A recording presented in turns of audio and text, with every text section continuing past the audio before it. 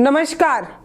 प्रयागराज महाकुंभ में जो लोग शाही स्नान करने, गंगा स्नान करने प्रयागराज गए थे, वो अब सिर्फ और सिर्फ राम भरोसे बचे हैं। उनको किसी पर यकीन नहीं बचा है, ना तो सरकार, ना तो प्रशासन, ना तो चिकित्सा, किसी पर यकीन नहीं बचा है। और भीड़ जाए भाड़ में वाले पॉलिसी पर सरकार काम कर रही है। आज इस वीडियो में मैं आपको बताने जा रही हूं कि कैसे कार्यक्रम की तारीफ के लिए अपनी पीठ थपथपाने वाली सरकार आज भीड़ को भाड़ में जाने पर छोड़ चुकी है। लोग जो है वो तरस रहे हैं कि वो प्रयागराज से कैसे भी बाहर निकल जाएं, लेकिन अफसोस कि कल से लेकर अभी तक लोग बाहर नहीं निकल पा रहे। मेरी खुद की मां अभी भी फंसी हुई है और वो प्रयागराज से गोरखपुर आना चाहती हैं, लेकिन अफसोस कि सभी ट्रेनों को रोककर, सभी बसों को रोककर हाईवे का ऐसा हाल कर दिया गया है। स्क्रीन पर आपको दिखा रही हूं, सिर्फ और सिर्फ गाड़ियां गाड़ियां गाड़ियां, यहां तक कि पैदल चलने तक का भी रास्ता नहीं है और गाड़ियों को बैरिकेड कर रोका जा चुका है। गाड़ियां निकलेंगी तभी भीड़ खाली होगी, ये बात पता नहीं क्यों समझ में आ नहीं रही है। पता नहीं क्यों गाड़ियों को निकलने नहीं दिया जा रहा है। ना तो बसें चलाई जा रही है, ना तो ट्रेनें चल पा रही हैं, ना तो लोग बाहर निकल पा रहे हैं, ना तो लोग अंदर आ पा रहे हैं। पूरे प्रयागराज को सील पैक कर दिया गया है। आसपास के सभी जिलों को बैरिकेड कर रोका गया है। अयोध्या वाले रास्ते जाएंगे तो बैरिकेड मिलेगा, गाजीपुर वाले रास्ते जाएंगे तो बैरिकेड मिलेगा, बनारस वाले रास्ते आएंगे तो बैरिकेड मिलेगा। किसी भी रास्ते से आप प्रयागराज महाकुंभ की तरफ ना तो जा सकते और ना वहां से निकल सकते हैं। जो लोग गंगा स्नान, शाही स्नान करने गए थे, ट्रेन के भरोसे गए थे, वो ट्रेन के सहारे भी बाहर नहीं निकल पा रहे हैं। और ट्रेन की एक तस्वीर आपको स्क्रीन पर दिखा रही हूं। देखिए, भीड़ जो है वो अपने घर वापस लौटना चाहती है। वो आपके शाही इंतजाम से उब गई है और अब उसे घर वापस जाना है और घर वापसी के लिए वो हर संभव प्रयास कर रही है। ये देखिए वीडियो जिसके स्क्रीन पर आपको नजर आ रहा होगा कि कैसे लोग जो है वो दरवाजे पर लटक लटक कर जो है वो आना चाहते हैं, लेकिन जो महिलाएं हैं वो नहीं आ पा रही है। महिलाएं खिड़की दरवाजे में टंग कर नहीं आ पाएंगी। उन्हें कम से कम गाड़ी के अंदर बैठने की जगह मिलनी चाहिए, लेकिन सरकार ये कह रही है कि हम 400 ट्रेनें चला रहे हैं, हम 6000 बसें चला रहे हैं, हम 25,000 बसें चला रहे हैं। वो बसें किधर चल रही हैं? क्योंकि बसें सड़कों पर सिर्फ रेंग रही हैं, निकल नहीं पा रही हैं। पूरी तरीके से प्रयागराज जो है वो जाम की भेंट चढ़ चुका है। हर तरफ सिर्फ और सिर्फ लोग नजर आ रहे हैं, गाड़ियां नजर आ रही हैं, लेकिन निकलने का कोई रास्ता नजर नहीं आ रहा है। पूरे प्रयागराज का ये जो कार्यक्रम था, महाकुंभ का ये जो कार्यक्रम था, उसको पूरा पूरा इवेंट की तरह दिखाने की कोशिश हुई थी। प्रयागराज में कितने लोग आ रहे हैं, कितने करोड़ लोग आ रहे हैं, इस चीज की तारीफ की जा रही थी। लेकिन आज जब लोग मर गए हैं, आज जब लोगों की जान चली गई है, तब 17 घंटे बाद गिनकर ये बताया गया कि मरने वालों की संख्या 30 है और 90 से अधिक घायल है। अभी भी सरकार ने ये जो कुछ कहा है ना, उस पर यकीन नहीं होता है, क्योंकि जसमदीदों ने जो कुछ बताया है उसको इस वीडियो में आपको बताने जा रही हूँ। लेकिन उससे पहले ये जो भगदड़ मची है ना, उस पर बयान देने वाले क्या कह रहे हैं? बयान देने वाले ये कह रहे हैं कि जो कुछ भी हुआ है वो भीड़ ने किया है। भीड़ ने बैरिकेड तोड़ा है, भीड़ एक दूसरे के ऊपर चढ़ गई, भीड़ ने जान ले ली। ना तो सरकार की जिम्मेदारी है और ना प्रशासन की जिम्मेदारी है। कल तक जो भीड़ आपकी तारीफ का मुद्दा बन रही थी, कल तक जिस भीड़ को दिखाकर आप ये कह रहे थे कि हमने इतने करोड़ लोगों को बुलाया, इतने करोड़ लोग जो है वो शाही स्नान कर रहे हैं, इतने करोड़ लोग जो है वो महाकुंभ में आ रहे हैं, कल तक उन्हीं लोगों की मुंडियों को गिनकर आप अपनी पीठ थपथपा रहे थे, आंकड़ा बना रहे थे और ये बड़ी बात बता रहे थे। आज वही लोग मरने का कारण बन गए। कल मौनी अमावस्या में 1 से 2 बजे के बीच में भगदड़ मचती है और 17 घंटे बाद 6:30 बजे प्रशासन एक प्रेस कॉन्फ्रेंस करती है। ये 6:30 बजे की जो प्रेस कॉन्फ्रेंस थी, इसमें डीआईजी वैभव सिंह और विनय करण आनंद जो मेला अधिकारी हैं, दोनों लोग मिलकर एक प्रेस कॉन्फ्रेंस करते हैं। इस प्रेस कॉन्फ्रेंस का लब्बो-लुबाब पता है क्या निकलता है? कि जो कुछ भी हुआ है वो भीड़ ने किया है और भीड़ की जिम्मेदारी है। कहते हैं कि भीड़ ने बैरिकेड तोड़ दी, भीड़ ने लोगों को कुचल दिया, भीड़ ने भगदड़ मचाई, भगदड़ की जिम्मेदारी जो है वो भीड़ ने की, भीड़ ने ही सब कुछ किया। ना तो प्रशासन ने कुछ गलत किया है, ना सरकार ने कुछ गलत किया है। सरकार भी कसूरवार नहीं है, प्रशासन भी कसूरवार नहीं है, लेकिन 30 लोगों की मौत हो गई है, उसका जिम्मेदार कौन? भीड़। कल तक भीड़ आपकी तारीफ का मुद्दा था और आज भीड़ ने लोगों को कुचल कर मार डाला है। मतलब सोचिए कि किस तरीके का गैर जिम्मेदाराना बयान है। भीड़ को बुलाते हैं, बैनर टंगवाते हैं, हर चौराहे पर ये कहते हैं कि आइए त्रिवेणी का संगम स्नान करिए और अपने पाप धुल लीजिए। और जब वही लोग आ जाते हैं, उनको आप कंट्रोल नहीं कर पाते हैं, आपकी प्रशासन और आपकी सुविधाएं लचर हो जाती है, सब कुछ धड़ाम से गिर जाता है, सारा मैनेजमेंट जो आपने किया था वो सब छू मंतर हो जाता है। मैनेजमेंट के नाम पर सिर्फ और सिर्फ प्रचार हुआ था, सिर्फ और सिर्फ प्रोपेगेंडा फैलाया गया था, सिर्फ और सिर्फ झूठ फैलाया गया था। ये जब सच सामने आ जाता है तो आप मौत का जिम्मेदार भीड़ को ठहरा देते हैं। मतलब मीठा मीठा गप गप, कड़वा कड़वा थू थू। कल तक भीड़ की तारीफ में आप अपनी कसीदे पढ़कर ये बता रहे थे कि आज से पहले इतना बड़ा भव्य कार्यक्रम हुआ ही नहीं, और आज आप उसी भीड़ को जिम्मेदार ठहरा रहे हैं। ये वीडियो देखिए पुलिस वालों का, कैसे बता रहे हैं कि भीड़ ने बैरिकेड तोड़ दी, सब कुछ भीड़ ने किया है। मतलब भीड़ ही जिम्मेदार है, ना तो सरकार ना तो प्रशासन, कोई कसूरवार नहीं है। एक दूसरे को लोग मारने वहां पहुंचे थे और एक दूसरे को मारने और कटने के लिए लोग जो है वो त्रिवेणी पहुंचे होंगे, शायद यही बोलना चाह रहे हैं। भारी भीड़ का दबाव बना और इस भीड़ के दबाव के कारण दूसरी ओर के बैरिकेड्स टूट गए और भीड़ के लोग बैरिकेड्स मारकर दूसरी तरफ ब्रह्म मुहूर्त के स्नान का इंतजार कर रहे श्रद्धालुओं को कुचलना शुरू कर दिया।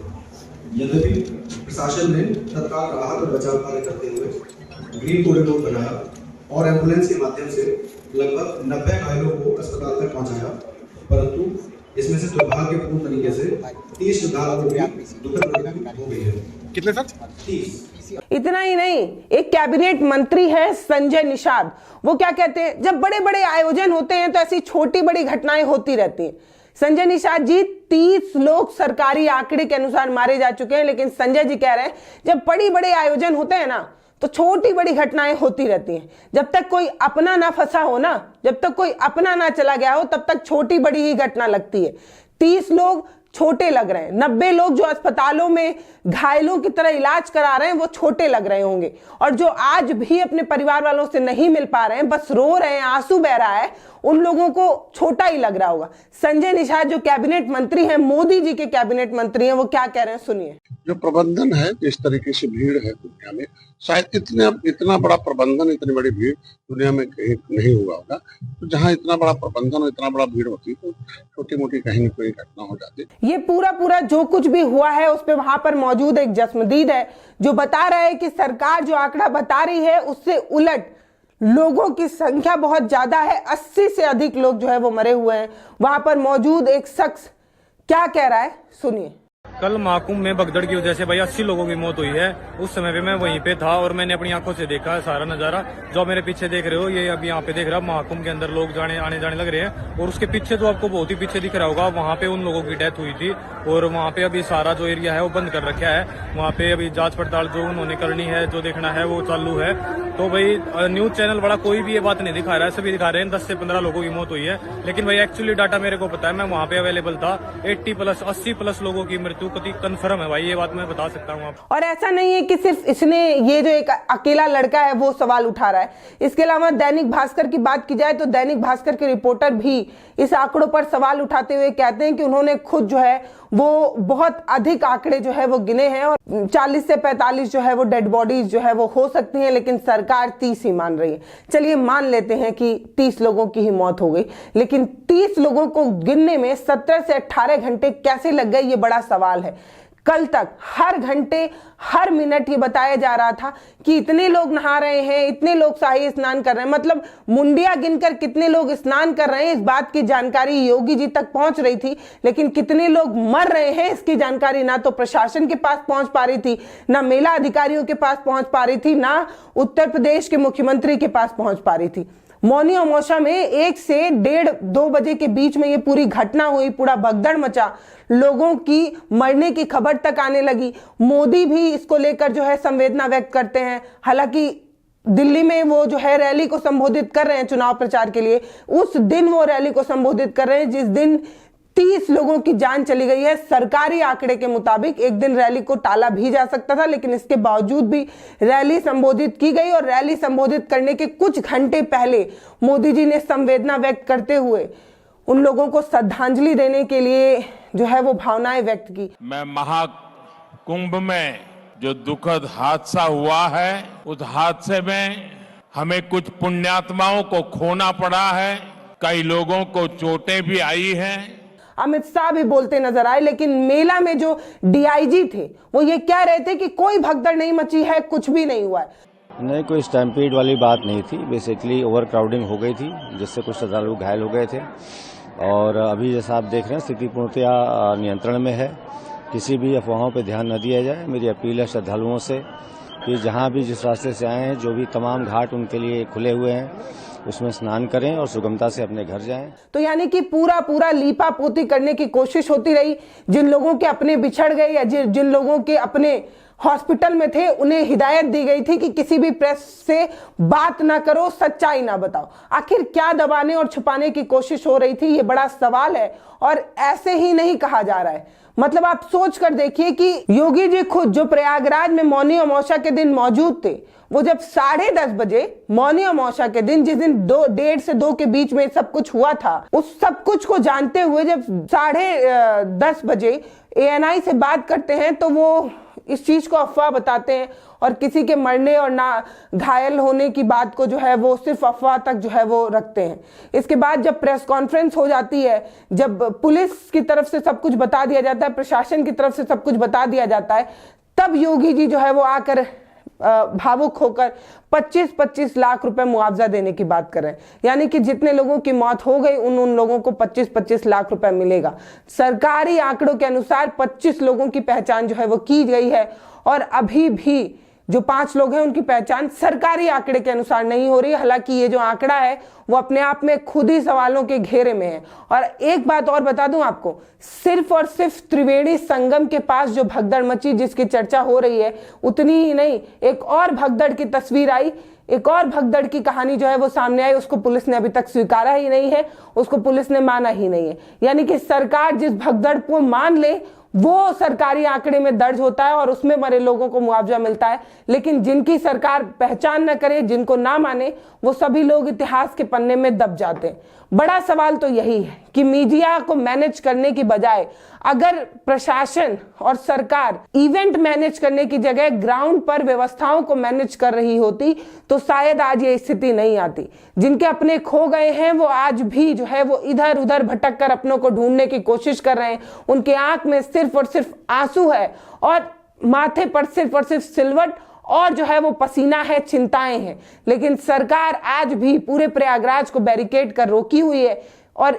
इसलिए मुझे ज्यादा फ्रस्ट्रेशन हो रहा है क्योंकि मेरे अपने खुद भी जो है वो फंसे हुए हैं।